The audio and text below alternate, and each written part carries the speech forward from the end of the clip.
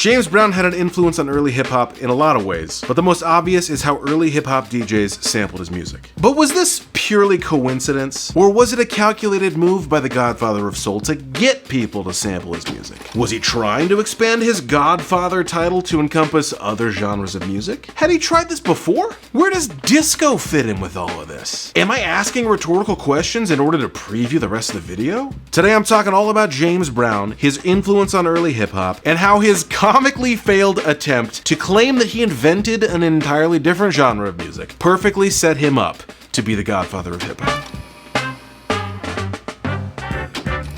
James Brown's library of songs is absolutely massive. From 1953 to 2002, the man released 59 studio albums. That doesn't even include his 49 compilation albums, 15 live albums, and 144 single releases. Navigating James Brown's discography feels like walking into an IKEA on a Sunday afternoon. It's just immediately overwhelming. James Brown had different iterations of his career, but his most successful stretch was from the late 1950s to the early 70s. Once we get past the mid-70s, his popularity begins to decline. Most of the stuff you know is probably from this time period. Now, he did make a few attempts to stay relevant with the shifting music scene in a pretty hilarious way, but we'll get there in a minute. But first, I want to talk about the classic James Brown groove and why it's perfect for hip-hop. One of James Brown's big musical innovations was adding space. Most of his songs have very few chords, sometimes only just one. That means there's this bottom layer of drums, and then bass, and then there's room for whatever he wants to put on top of that. Sometimes it's horns, sometimes it's his vocal, which sometimes leans away from a melody and almost becomes rapping. A precursor to rapping, he's not exactly spitting bars. But a classic James Brown song is this incredible groove that's like a couch. Anyone can come sit on it and it's gonna feel good, because the couch feels good. Do you understand what I'm trying to say? You could put horns in there, James Brown screaming, some guitar, whatever you want. That groove is gonna make it feel amazing. To see what I mean, let's take a listen to 1972's Get on the Good Foot. Immediately feels so good.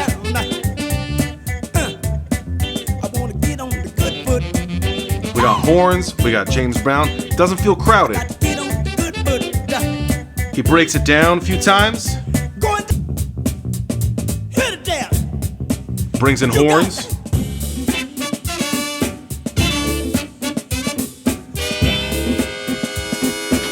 At the core of this groove is the syncopated drum beat. Syncopated just means it's not squarely on the beat. If the kick drum, for example, were squarely on the beat, it would sound like this. Nah, that's not it. Instead, we got this.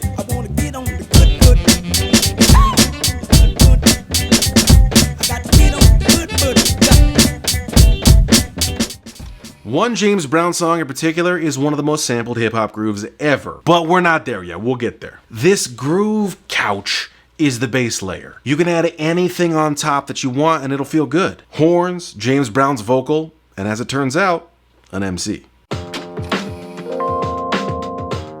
The origins of hip-hop are incredible, and, well, to reduce an incredible story down to a few seconds, it's basically this. DJs would play music at parties. Many songs had an isolated drum break that were just 4 or 8 bars with just drums. The DJs started noticing that people would dance the most during these breaks. So thanks to DJs like DJ Kool Herc and Grandmaster Flash, they figured out a way to extend these breaks. Buy 2 copies of the record and switch back and forth between them. Constantly. This would stretch the short drum break to the length of an entire song. DJ Kool Herc called this the merry-go-round and started doing it in 1972 with the James Brown song Give It Up or Started It Loose. We got that bass layer of drums. Simple bass. Baby, give it up, turn it loose. We got space. Very simple chord-wise. You can put anything you want on top of this.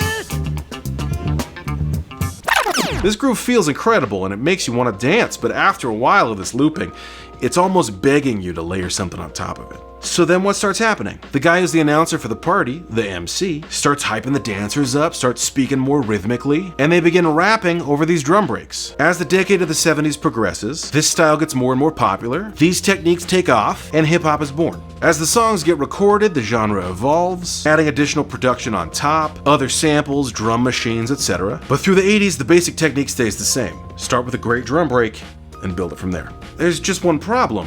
where do you get good drum breaks to sample? Remember, we're talking about the 70s and early 80s. Spotify doesn't exist. Splice isn't a thing. Music was much harder to come by than it is today. So DJs begin digging through crates of old records in search of great drum breaks. This process is called digging in the crates. And if that phrase sounds familiar, well, I mean, I'm trying to wink. I don't know if that's coming through. Can we zoom?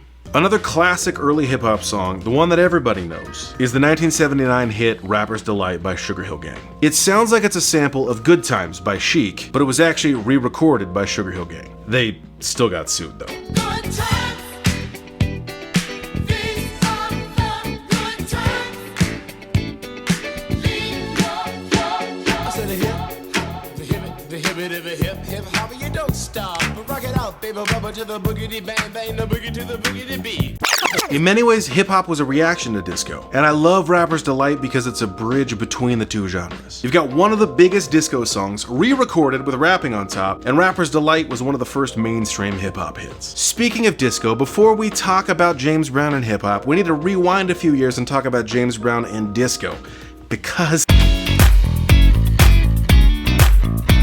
remember how we said James Brown's music started to decline in popularity in the mid-70s? That directly coincides with the rise of disco. And disco's a whole different groove. Let's take a listen to one of the most famous disco songs, Stayin' Alive by the Bee Gees. So notice the groove. Very straightforward. 4 on the floor kick drum. No syncopation at all. Fact, if it were syncopated, it would sound like this.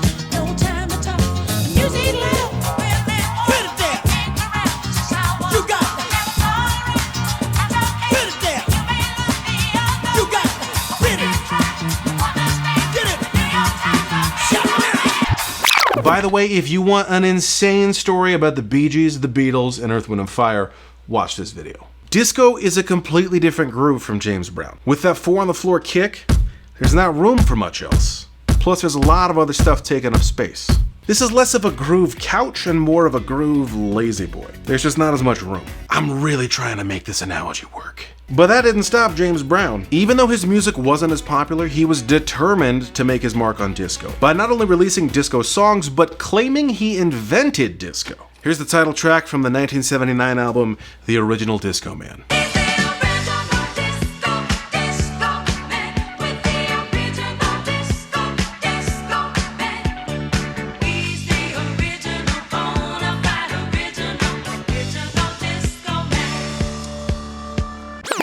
This song features that chorus with cheesy singers singing that he's the original disco man with the original disco band, and his groove is where it all began. But is it? On the verse, he claims that in 1955, people were dancing to all kind of jive. But in 1966, you all got down with his funky licks. I'll admit, I love the rhyming here, but that's just not true, James. The groove is completely different. On Original Disco Man, you've got a 4 on the floor groove. That's not what a classic James Brown groove is. James Brown's attempt to rewrite history didn't work. Not only did no one believe him, but this album was released in July of 1979, the same month as the infamous Disco Demolition Night. That was the night that a couple radio DJs in Chicago who hated disco invited people to bring disco records to a baseball game to destroy. They blew up a bunch of records, people rushed the field, the riot police were called. It was a mess, but it was effective. The popularity of disco tanked after this event. Alright, so maybe you're thinking, how does this relate to hip-hop at all? Well, it's because of this incident, James Brown's failure to make himself relevant to disco, that he learned his lesson. He wouldn't make the same mistake twice. He was ready to stake his claim as the Godfather of Hip Hop.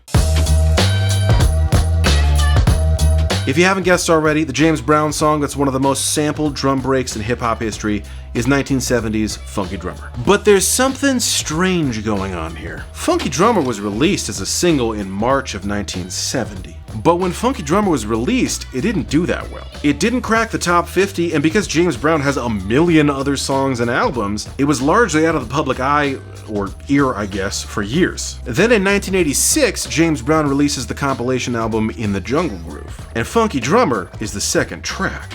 Why would he pick a failed single to be the second track on a compilation album he's releasing in 1986 in the middle of a gold rush of hip-hop DJs searching for obscure drum breaks? Again, rhetorical question. He did it for these couple bars.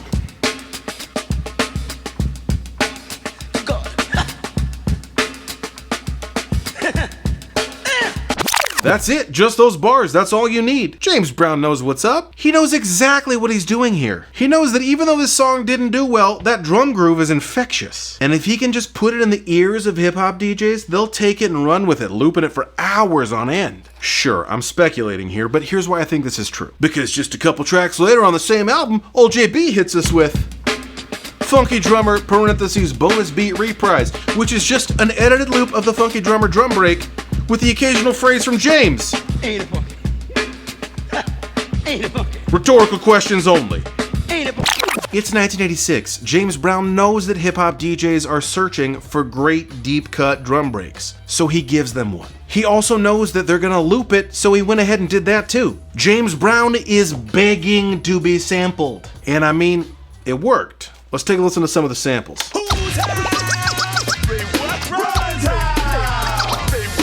Yes, the rhythm's a rebel.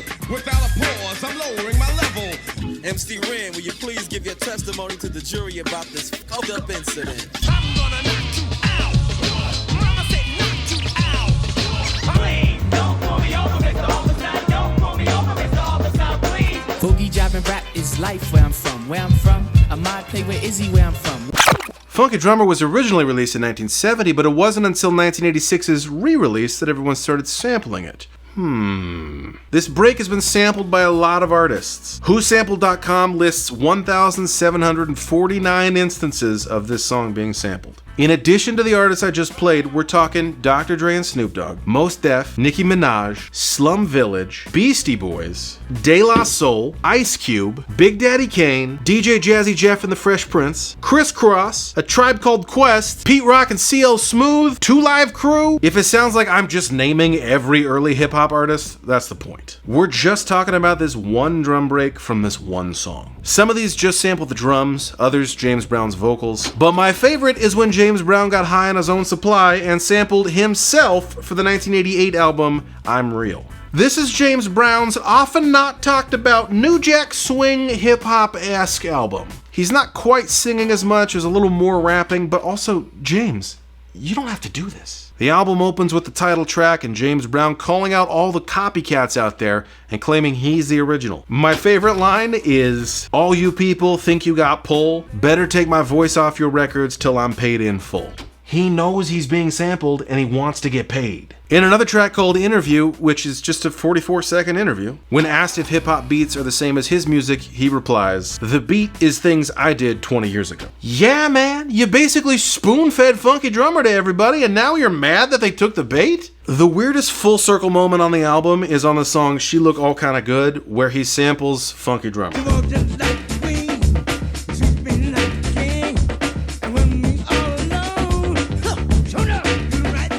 James, you don't have to do this. So, Your Honor, if I may, James Brown had a massive career through the late 50s, all the way through the early 70s. But he started to lose relevance in the late 70s because of disco. So what does he do? He makes a disco album and claims he invented it. Which, to be clear, he did not. The grooves, as we've established, are completely different. Disco dies with Demolition Night, or maybe because of the release of Original Disco Man.